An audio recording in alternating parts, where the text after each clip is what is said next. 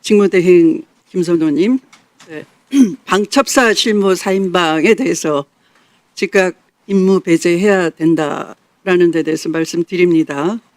신원보안실 2명이 있어요. 나승민 대령, 이 자리에 있는 줄 알고 있습니다. 진성용 대령. 네. 이 방첩사 신원보안실은 뭐 하면 됩니까? 군 내부 인사를 총괄하죠. 그리고 대전복 감시 기능을 하는 거 아닙니까? 대전복 감시 기능이 뭡니까? 예, 그것은 뭐 불순자에 대한 어떤 그런 행위에 대해서 저희들이 사전에 파악하고 조치하는 그런 활동으로. 근데 그런 거 하지 않았죠. 하지 않음으로써 정부에 대한 전복 행위가 일어난 거 아닙니까?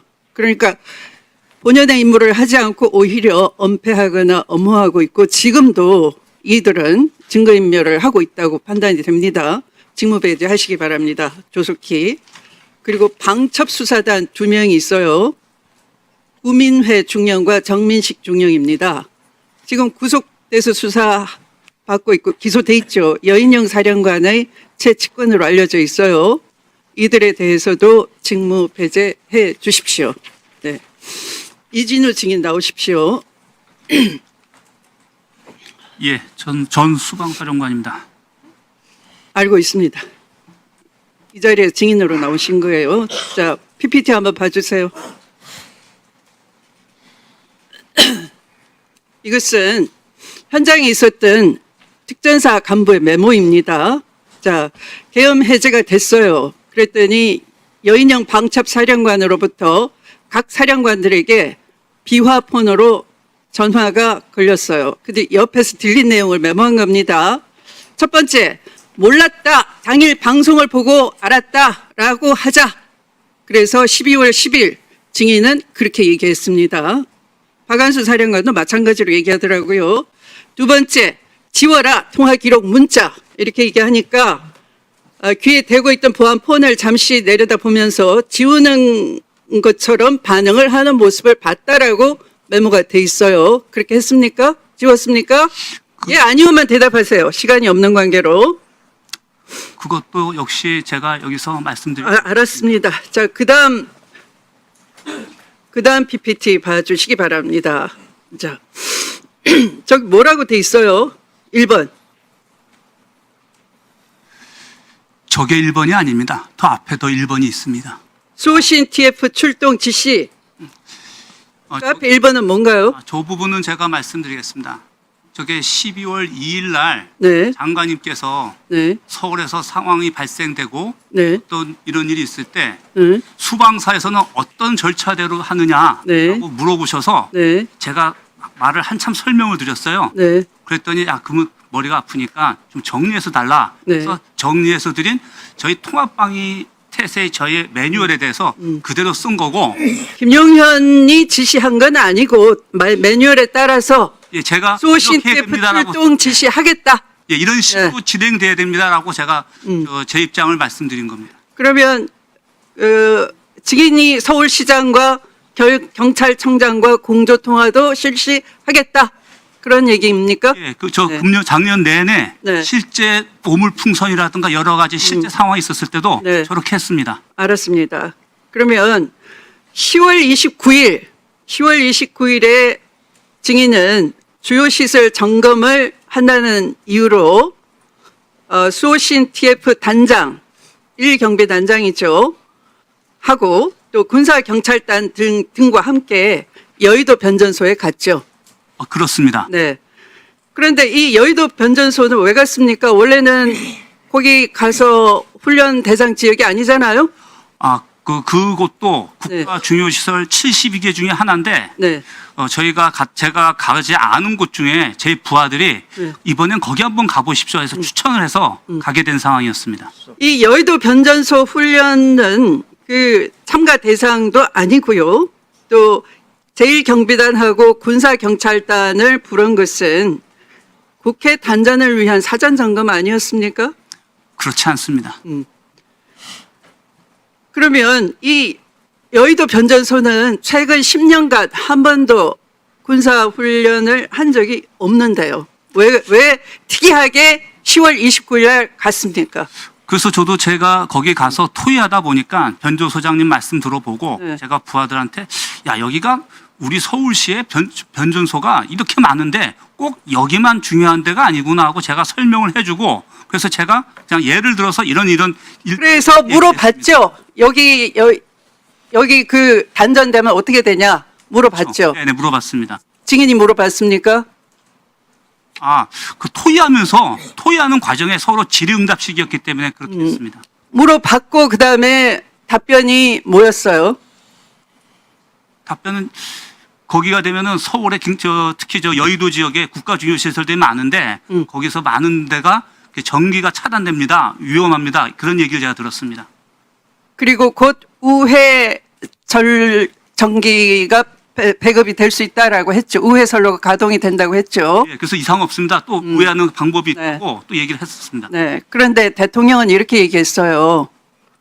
대통령은 대국민 담화에서 내가 정말로 비상계엄을 할 생각이었다면은 국회를 단수했지 않겠느냐. 그런데 그렇지 하지 않았다라고 얘기했는데 이미 사전 점검 결과 훈련을 핑계로 국회 단전은 의미가 없다라는 걸 이미 파악을 한 거죠.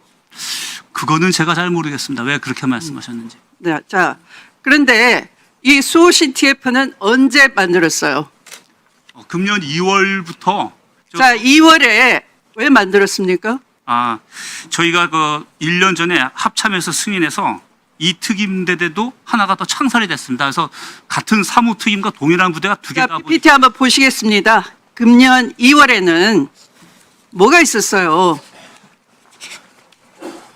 명품백으로 대통령은 이렇게 얘기합니다. 박절하지 못해서 그랬다라고 합니다. 여론이 굉장히 악화됐고 정권 위기가 왔습니다. 이 수방사 수호신 TF 문건으로 남겨져 있지 않아요. 그렇죠? 지금 작게 다 돼 있습니다. 그것은 4월 이후 총선 지난 이후죠.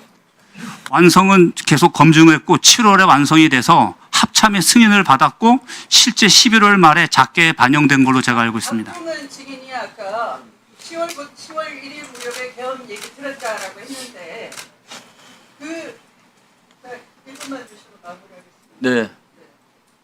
이거 네, 곽종근 증인이 아까 10월 1일 무렵에 계엄 얘기 들었다라고 했는데 사실은 여러분 사령관 3명은 5월부터 식당에서 대통령으로부터 계엄 얘기를 듣고 계엄의 실현성 여부를 세 사람이 논의했다라고 공소장에 돼 있죠. 그런데 그거에 따라서 이 비밀 조직 수호신 TF뿐만 아니라 정보사 수사 2단 역시 비밀 군 사조직으로 보이는데요.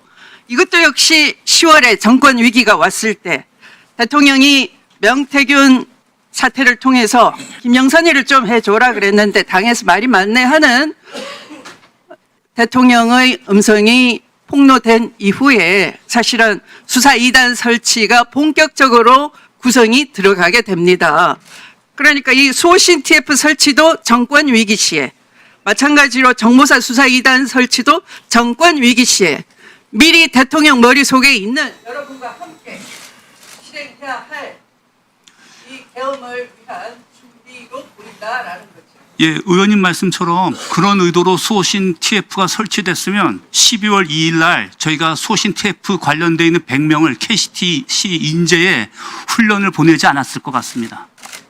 근데 저희가 그때 12월 2일 날 100명 넘은 저희 병력들 사무특임 100명이 인재 그 전술훈련 참가하러 보냈거든요. 그러면은 맞지가 않지 않습니까?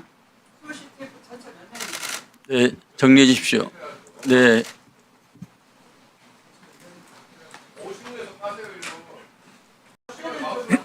네. 마무리해 주십시오. 답변. 네.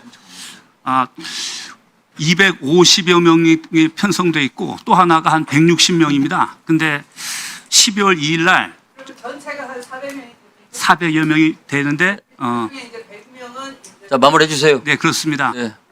그 가운데 저격수도 있었죠. 편성에는 저격수가 있습니다. 저격수가 그날 여기 왔죠?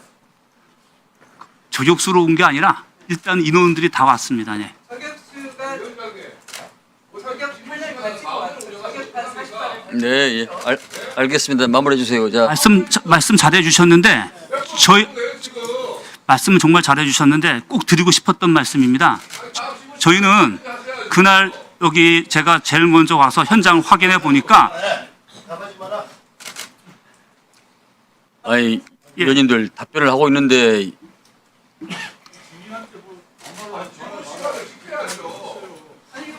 네.